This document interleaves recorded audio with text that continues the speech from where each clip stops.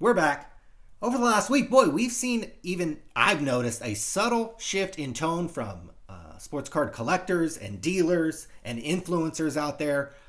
Boy, people are terrified and scared at this crashing kind of overall broader economy and market, and certainly the sports card market in general. Let's just break that down really quickly. In the last 3 months, we've seen Luka Prism prices down 32%, Steph Curry rookie down 40%, Mike Trout, who's having a pretty decent season with the Angels, down 15%, MJ rookie PSA 9 down 23%, Luke Skywalker, I thought, Star Wars was going to be the safe haven for some of you dorks out there. Oh no, that's down 11%. Turns out nobody has really cared about Star Wars cards.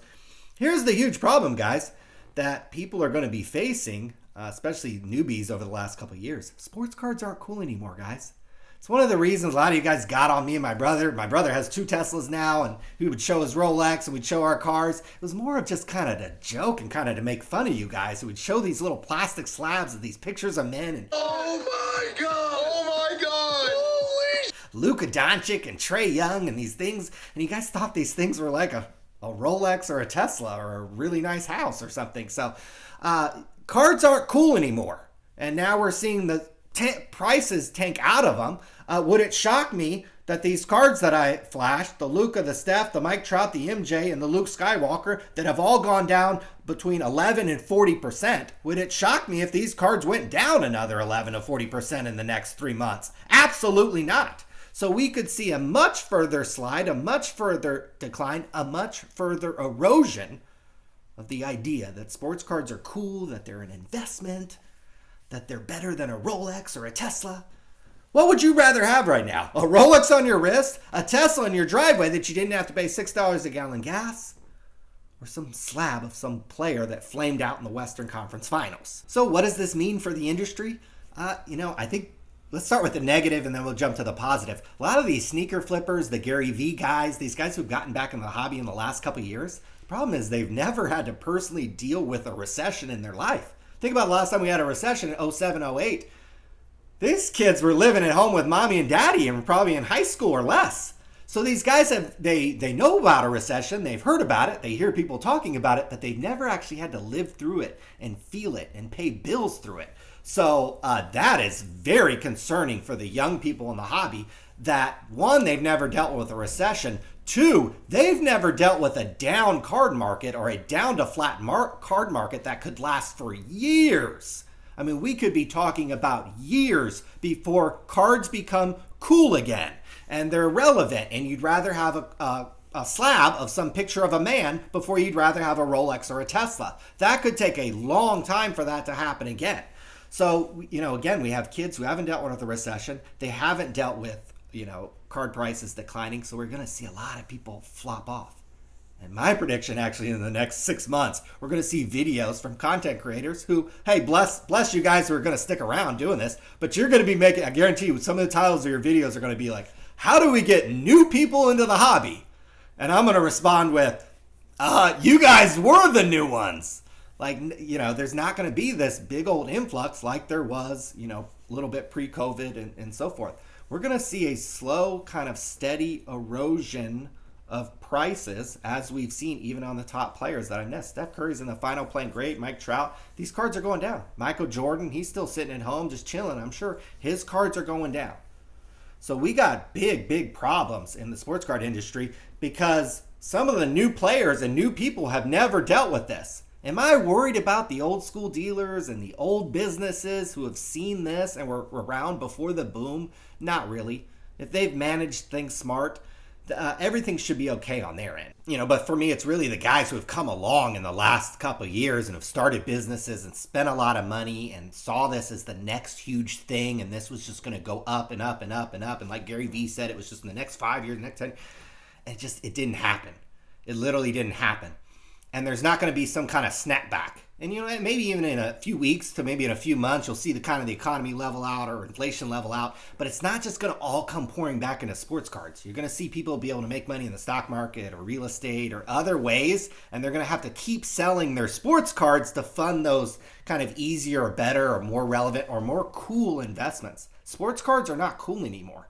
That's a huge, massive problem for the community over the last couple years that have built this as this cool new alternative investment, and it's not. They just aren't.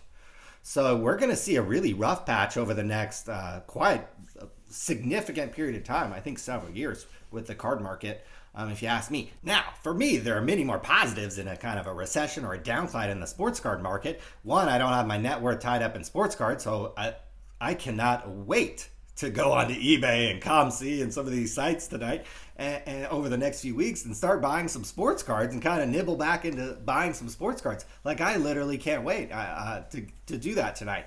So for me, that's exciting. Two, on the content end, it's exciting. You notice that me and my brother all of a sudden have reappeared out of nowhere, kind of dusted us off after the last, few years, haven't been around, haven't done a podcast in a couple years, haven't updated the website, and looks like in about 5 years. Well, and about 6 months ago, kind of dusted us off and started doing some controversial videos here on YouTube. And I want to say this, Sports Card Radio, you should be ashamed of yourself. The content you've been producing to your viewers, if any of you view their videos and you enjoy that, all I'm going to tell you is that's not content. So for me, when there's a decline or kind of leveling off in sports cards, that creates opportunity on the content end because people don't make it. It's hard to make really knowledgeable or good sports card content, in my opinion, because there's a big knowledge gap in knowing these cards or understanding the business. I don't know cards, the cards themselves, and the very details of cards very well. Probably, I don't know them better than 90% of you guys, honestly. But as far as kind of the inner workings of the industry and the business and some of the scammers, I probably have a pretty high level knowledge about that. And that's exciting for me. That's fun. You're going to see more scams.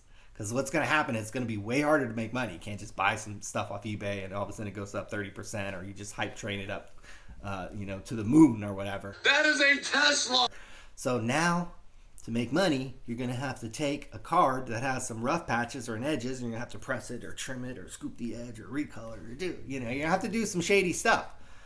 And so there's going to be more scams. There's going to be companies that have come along in the last couple of years that are going to go out of business. There's going to be maybe a couple surprise companies that maybe go out of business. Could be some employee layoffs, disgruntled employees, lots of just random things. I mean, you never know what's going to happen week to week in the sports card industries. But, it's going to get really tight here. And heading into the national, things aren't exactly amazing.